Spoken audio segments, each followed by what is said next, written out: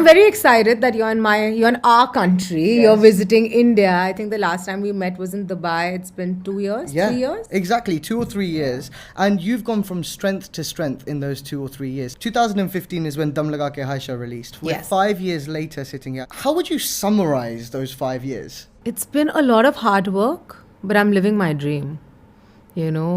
This is exactly how I had envisioned my life when I was younger. The day I decided that I'm going to be an actor, this is exactly what I thought I would be doing. The kind of cinema that I'm associated with, the kind of characters that I'm doing, the kind of directors that I'm working with, the kind of love I've got over the last 5 years has me so overwhelmed.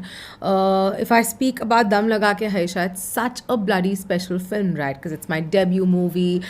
I just didn't know how would life pan out. Behind Bhumi Pedneker is a team of people Oh, yes. who keep Bhumi Pedneker Oh, going. yes. Describe what your team is. What comprises of an actress's It's an team? entourage. It's an entourage of some fantastic brains that work towards building the person and the actor that I am. Because, when somebody invests in you, for example, 5 years ago when Aditya Chopra decided that, she's going to be the girl I'm going to launch with my new film, Dum Laga Ke Haisha, he kind of saw something in me and then he put up a team that kind of helped me build that brand value. And there's a lot that goes into it. All I can do is select the right films, select the films that I feel I want to be associated with, the kind of fit in my moral compass. But then apart from that, it's your PR, it's your management, it's the things that you endorse, the events that you go for, every tweet that you put out, every Instagram picture that you put out. There's so much that goes into it. So I have a digital team, I have my management, I have my PR. So in Bhumi Pedneker's immediate work WhatsApp group, who is in that group? My manager, my talent head, my PR head. There are 8 groups. Okay, it's not simple at all. There are times that I've put in incorrect information. I'm constantly confused about my groups because everything is like Bhumi's PR, Bhumi's styling. It's my stylist, my hair and makeup. There are about 10 people that I work with very closely every day. And they've taken me over. I'm like their little child because they constantly are just thinking about how to make her, how to just empower her more, how to create a bigger brand out of Bhumi. Is it hard to sustain a life in Bollywood, in the Hindi film industry, when you're not acting? Like when you were a casting assistant, are people paid enough? Is there enough to sustain a livelihood on? Because what we see, and certainly like when I'm in London and I see people talking about this, is unless you're the face of something, or unless you're like a director or a really high up person in an organization, the rest of the people, because there's so many people involved in this business, the pay isn't quite equal for everybody. The kind of rights aren't equal for everybody. Have you felt that? See, the pay isn't equal, and I'm not going to defend the fraternity or the business, but I guess that's pretty much how it works everywhere. Right. My sister is a lawyer, and I know her journey. It takes you certain amount of years to be where you are, but there's a lot of pay disparity. Is that gender pay disparity? 100%. That's there for sure, and I mean the world knows it, and that's just not in India. That's through the world, and that's just not with films. That's with any fraternity, any industry, any business. There's a huge gender gap that we all are trying to close in our own very ways. I'm trying to do it through my cinema. Somebody else is trying to do it through whatever they are doing. But it's not the easiest place to be, because if I speak specifically about acting, and because I have been a casting director, there are thousands of people that come into Bombay to be an actor, and it isn't easy. It isn't easy because there are only those many projects that are made every year. But because of OTT and because of digital, the work generation has become fourfolds. Right. So if I think of the situation today, it's a lot better as compared to 4 or 5 years ago. How do you come to peace with the fact that it's not equal? Say, for example, you're doing a film like Pati Patni Aur Wo, right? Where Kartik Aaryan is the leading hero. I don't know who got paid more in that movie. I don't know those kind of details. But how do you come to terms with the fact that you're probably both putting in the See, I'll tell you effort? what, as a girl, what I'm paid and the way That comes really later. Over the last few years, the kind of roles that are being written for women have changed. This year itself, I'm doing a film called Durgavati that's completely built around me. I know that there will be a day when I will attract audiences only on my name, and that day I will demand the pay that I deserve, because there have been women, if you look at Kangana, you look at Deepika, they are doing exactly that. It's still not as much as a male superstar. But the gap is getting closer. And that's the only way to be. Just keep doing good films. I mean, I'm aware of the fact that I'm not getting what's rightfully enough for me. And that's why I'm working hard. Also, I watched an interview recently where you said you feel like you've had a relatively problem-free journey because you're protected by an organization like YRF. Do you think the story would have been different if you didn't have like a company like that? Maybe, because we all know about the fact that there are certain aspects and there are certain bits in Bollywood that aren't the cleanest, especially with what happened last year across the globe with the Me Too movement. There were such horrific stories that came out that I really sat back and thanked the organization that has protected me to this level. And not just YRF, even my family. The fact that I could go tell them that I want to be an actor and they supported me gave me a lot of security. And my heart goes out to these girls because they come from across India and across the world actually, and because Bollywood has there's a lot of negative connotation attached to it, unfortunately, because people feel it's this dirty business, but it isn't. It's a beautiful place to be. Is there as well though, right? But isn't that everywhere? I mean, you think of it. I mean, I know none of my friends are actors, but they have had similar incidents as well. It's power play, and power play is in our basic DNA because there is a basic notion socially that men are supreme. So this is not about Bollywood. This is about a general change in the mindset that needs to happen. Earlier in this conversation, you said you're trying to change that notion through the roles that you play on screen. Is it hard to be that open in a place like this as well? To be so unapologetic? No, Arun, not really. The fact that my first film was a film like Dam Laga Ke Haisha empowered me a lot. People had already seen me. What could they criticize? But so many actresses, even if they start off with a powerful role like that, eventually, somewhere down the line, succumb to the norm. I think they succumbed to the norm because there weren't enough roles written for women earlier. See the kind of work all my colleagues are doing, be it Alia and Razi, or be it or the work that Taapsee does, or what I'm doing. There has been a change, right? I mean, it is amazing because today we have the opportunity to do it.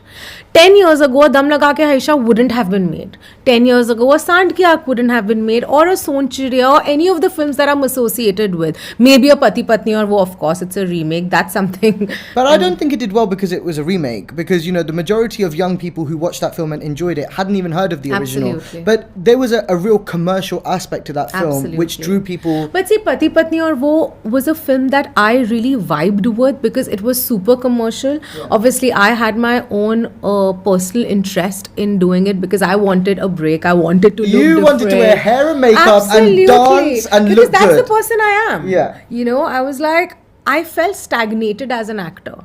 And that's when I decided to do Pati Patni Aur Wo. Because I needed that break. I needed that breather. I have grown up watching Kareena Kapoor, Raveena Tandon, Karishma Kapoor. I've grown up watching Govinda songs. Your girl Rani Mukherjee? Rani Mukherjee. I know you love Rani Mukherjee. I love her. Kajol. Like, I've seen these women and I've always wanted to do that kind of cinema. And Pati Patni Aur Wo was kind of that balanced script that had some brains. It was a role that was strong. And, I was kind of breaking stereotypes in my own way because she wasn't a wife who was going to succumb in any way possible. Actually, both the women in the film are quite strong. And it was entertaining. When a film like Pati Patni Aur Wo delivers those kind of numbers, do you sit back and think like, why am I exhausting my time putting on this hair, putting on this look for Sand Ki Aankh, for like roughing up for Sonchiriya, for like going through shooting training? Like, why am I wasting this time when all I need to do is dance and look good? I've had my moments. I'm not gonna lie. obviously. But the thing is that when I have a pati patni or wo, I also have a bala and I also have a toiletic prem katha. And the fact that all my nominations this year, they are either for Sandkyak or Son Chirya, that kind of gives me peace. So the fact that I have to work extremely hard for a film and that might not perform the way I thought it would, but I've still gained a lot out of that movie. Like what Son Chirya did for me, the way it changed me as an actor, what Abhishek Chaubey did for my craft. No experience can give me that. I wasn't a massive fan of the movie itself. Like Sure. for my taste, firstly, I didn't understand the language because Yeah. it's a dialect, and Yeah. like I felt personally for me the tone was a little bit slower than films Sure. I like. But man, your performance held me to the screen. Thank you. But that film like did terrible numbers. It did. It was off cinemas in 5 days. I've never had an experience like that. I've done 7 films. Yeah. 6 have done tremendously well in their own capacity. Son Chirya was the only one that failed. And it was a huge heartbreak. It's like an ex-boyfriend I'll never get over. I keep saying that again and again because it's a film that's so special to me. And that film changed me as a person. It completely changed me as a person. You know what? See, that's the beauty of the cinema that I do. I was always a very aware person, but I lived in my little cocoon of Bombay, living with my parents, being comfortable, etc., etc. Oh yeah, there's poverty, there's illiteracy, there's a lot of gender discrimination, but I experienced all of this through my cinema. But I feel like somewhere along the line of 2019, you became a scapegoat for people's issues. Like, you just became like this woman that everybody blamed everything on. Whether it was the ageism debate with Sandkyak or the brown facing with Bala, it just felt like, or the misogyny that people associated with certain scenes in Pati Patni or Wo. It was like, it just all came out on you. Yeah. How did you deal with that? Haroon, where there's appreciation, there is going to be constructive criticism as well. I was very confident. It started off with Sandkyak, and I was very confident that once people watch the film, they'll understand that the film is a lot bigger than just an older actor doing it.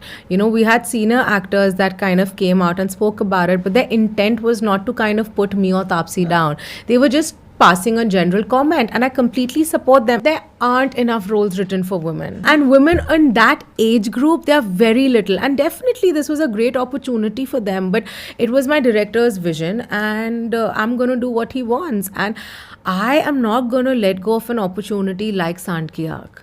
It's an opportunity of a lifetime. Also in Sandkyak, what was wonderful was the female bonding between you and Taapsee. Yeah, that was beautiful. Isn't it so nice that you can do a film where there is not a single scene where these two women are bitching about each other? Pitted against each other. Or there's no conflict. See, but that's what true womanhood is. Why doesn't Bollywood understand that? The narrative is changing. I feel even in the West, there was a certain revolution that happened in their cinema, and that's happening now. Yeah. And I think this is what true sisterhood is. I think every woman at some point in her life has experienced something common. You could be in London, you could be in India, you could be the richest person in the world, or somebody who is completely devoid of basic needs. But there are certain experiences that are very common, and that's where we connect. I think a woman can really empower a woman, and that's exactly what we tried doing with Sandkyak or with Dolly Kitty or Wo Chamakte Sitare. You and Konkana or you and Taapsee are not going to get the budget that like a Zindagi Na Milegi Dobara is going to get. You're not going to get the budget that even a male film with lesser known stars, like let's say Sonu Kiti Tuki Sweetie, you're not going to get that budget. Yeah. Why? And how do we overcome that? We overcome that when audiences become more open towards different content. If the audiences don't accept it, it's not a successful venture for the producer, and that's exactly what's happening, and that's why there's been a shift over the last 5 years, where your hero does not have that machoism anymore. Do you think stardom has changed? Absolutely. I think stardom has become more relatable. Earlier they were more unachievable, they were more it was very unattainable. Today a star is somebody who people can relate to. Like look at Ayushmann, what he has done, with the kind of films that he has done, he's always played a boy who could be a part of my group. And that's only because our audiences now want to watch stories that they've lived at some point.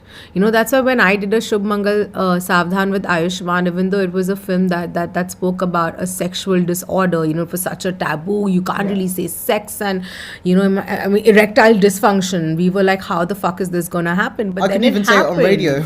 Yeah, exactly. So, we need to, like, just as a society, India is still very orthodox. By the end of it, we need an audience that is strong enough to support different content, and that is happening. And again, really have to thank digital work for it, because the horizon has kind of increased. We've been exposed to a lot more content, a lot more material, and I really feel slowly and steadily things are changing. You mentioned sexual themes which were in Shubh Mangal Savdhan, but Lust Stories was a performance that got you lots of credibility. Yes. And it's weird because apart from Toilet Ek Prem Katha, it's probably your film that's been watched the most globally. Absolutely. Because of accessibility, because of Netflix. Yes. Were you like, what are my parents going to think when they watch Lust Stories? Like, this is the most awkward thing in the world. Like, oh my God, what's going on? It was definitely awkward because the first time I watched the film was with my mum. Oh. But she had read the script. And she was the one, she was like, you must do it. It's fantastic. It's Zoya. And, by the end of it, I'm an artist, yeah. I can't, if it's done tastefully and if it's done for the right reasons, I don't want to limit myself to anything. A sex scene or a scene that I'm getting in, that I'm really intimate with an actor in is the same as me scrubbing the floors. Everything that I'm trying to fight for, every message that I'm trying to give out with every film that I do is exactly the change that I feel needs to happen. Be it sexism, be it acceptance, be it inclusivity. And it's so layered, it's on so many levels, and the more you get into it, the more you realize that the journey is very difficult, but you just have to start. Yeah. And somewhere things would keep happening. And I keep saying this again and again, that my cinema is my service to humankind. Well, I hope you continue, as you said, serving humanity. Bhumi Pedneker, it has been an absolute Thank pleasure. you. Are you going to finish your paneer tikka? Right after we are done. Thank you so much. Thank you so much.